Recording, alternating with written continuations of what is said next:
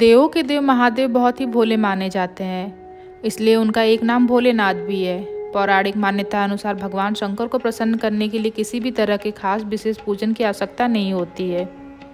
सोमवार के व्रत को लेकर मान्यता है कि इस व्रत को करने से भगवान शिव अपने भक्तों की मुराद जल्दी पूरा करते हैं। सोमवार का दिन भगवान शिव को समर्पित है, इसीलिए इस दिन भगवान शिव की पूजा और व्रत करने का महत्व और ज़्यादा बढ़ जाता है। यदि आप सोमवार का व्रत करते हैं तो आपको सोमवार व्रत कथा पढ़ना और सुनना बहुत ज़रूरी, क्योंकि इसके बिना आपका व्रत अधूरा माना जाता है। तो आइए जानते हैं सोमवार व्रत की कथा। नमस्कार दोस्तों, welcome back to my channel. दोस्तों, हम अपने इस वीडियो में भगवान शिव के सोमवार व्रत की कथा के बारे में बताएंगे। तो चलिए बिना किसी देरी को शुरू करते हैं आज की वीडियो। श्रावण सोमवार की कथा के अनुसार अमरपुर नगर में एक धनी व्यापारी रहता था। दूर दूर तक उसका व्यापार फैला हुआ था। नगर में उस व्यापारी का सभी लोग मान सम्मान करते थे। इतना सब कुछ होने के पर भी वह व्यापारी अंतर्मन से दुखी था, क्योंकि उस व्यापारी का कोई पुत्र नहीं था। दिन रात उसे एक ही चिंता सताती रहती थी कि उसकी मृत्यु के बाद इतने बड़े व्यापार और धन संपत्ति को कौन संभालेगा। पुत्र पाने की इच्छा से वह व्यापारी प्रति सोमवार भगवान शिव की व्रत पूजा किया करता था। सायंकाल को व्यापारी शिव मंदिर में जाकर भगवान शिव के सामने घी का दीपक भी जलाया करता था। उस व्यापारी की भक्ति देखकर एक दिन माँ पार्वती ने भगवान शिव से कहा, हे प्राणनाथ, यह व्यापारी आपका सच्चा भक्त है। कितने दिनों से यह सोमवार का व्रत और पूजा नियमित रूप से कर रहा है। भगवान, आप इस व्यापारी की मनोकामना अवश्य पूर्ण करें। भगवान शिव ने मुस्कुराते हुए कहा, हे पार्वती, इस संसार में सबको उसके कर्म के अनुसार फल की प्राप्ति होती है। प्राणी जैसा कर्म करते हैं उन्हें वैसा ही फल प्राप्त होता है। इसके बावजूद भी पार्वती जी नहीं मानी।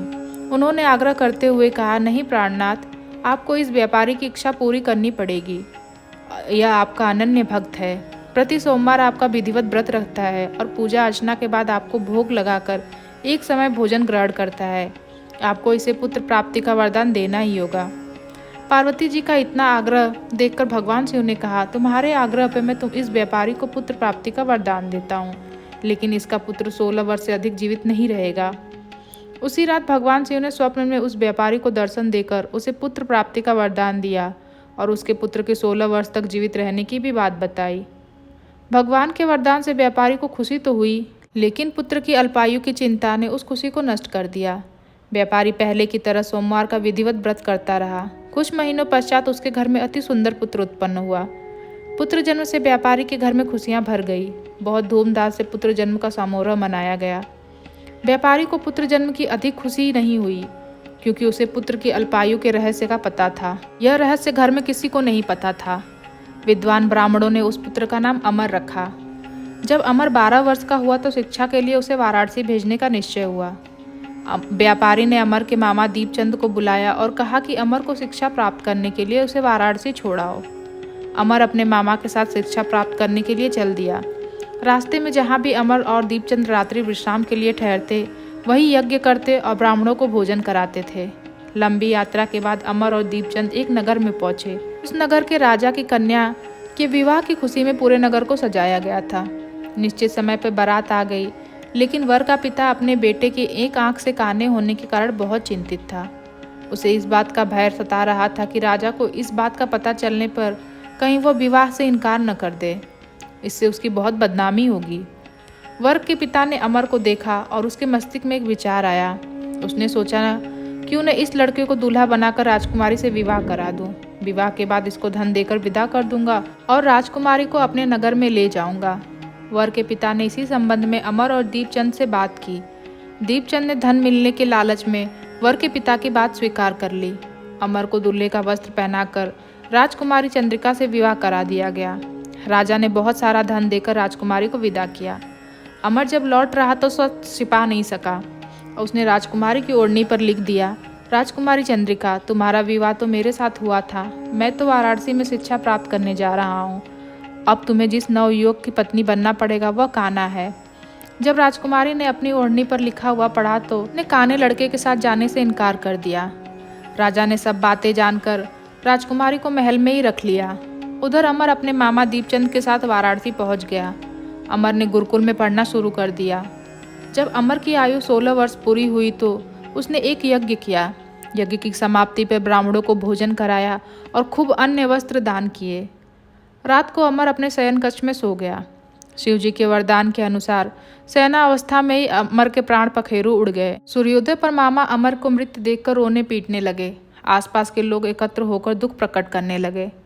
मामा के रोने विलाप करने के स्वर समीप से गुजरते हुए भगवान शिव और माता पार्वती जी ने भी सुना।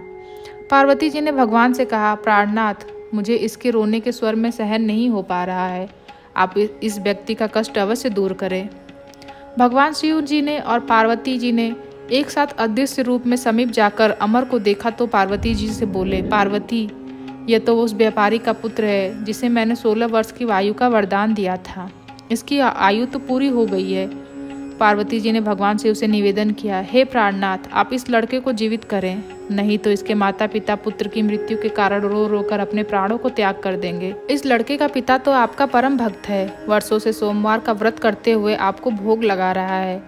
पार्वती जी के आग्रह करने पर भगवान शिव ने इस लड़के को जीवित होने का वरदान दिया और कुछ ही पल में वह लड़का जीवित होकर बैठ गया। शिक्षा समाप्त करके अमर अपने मामा के साथ अपने नगर की ओर चल दिया। दोनों चलते हुए उसी नगर में पहुंचे जहां अमर का विवाह हुआ था। उस नगर में भी अमर ने यज्ञ का आयोजन किया। समीप से गुजरते हुए नगर के राजा ने यज्ञ का आयोजन देखा। राजा ने अमर को तुरंत पहचान लिया। यज्ञ समाप्त होने पर राजा अमर और उसके मामा को महल में ले गए और कुछ दिन महल में रखकर बहुत सा धन वस्त्र देकर राजकुमारी के साथ विदा किया। रास्ते में सुरक्षा के लिए राजा ने बहुत से सैनिकों को भी साथ भेजा। दीपचंद ने नगर में पहुंचते ही एक दूत को घर भेजकर अपने आगमन की सूचना भेजी। अपने बेटे अमर के जीवित वापस लौटने की सूचना से व्यापारी बहुत प्रसन्न हुआ। व्यापारी ने अपने पत्नी के साथ स्वयं को एक कमरे में बंद कर रखा था। भूखे प्यासे रहकर व्यापारी और उसकी पत्नी बेटे की प्रतीक्षा कर रहे थे। उन्होंने प्रतिज्ञा कर रखी थी, यदि बेटे की मृत्यु के समाचार मिला तो वो दोनों प्राण त्याग देंगे। व्यापारी अपनी पत्नी और मित्रों के साथ नगर के द्वार पर पहुंचा। अपने बेटे का विवाह का समाचार सुनकर पुत्रवधी राजकुमारी चंद्रिका को देखकर उसकी खुशी का ठिकाना न रहा।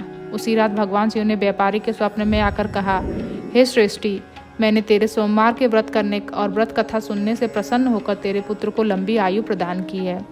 व्यापारी बहुत प्रसन्न हुआ। सोमवार का व्रत करने से व्यापारी के घर में खुशियाँ लौट आई।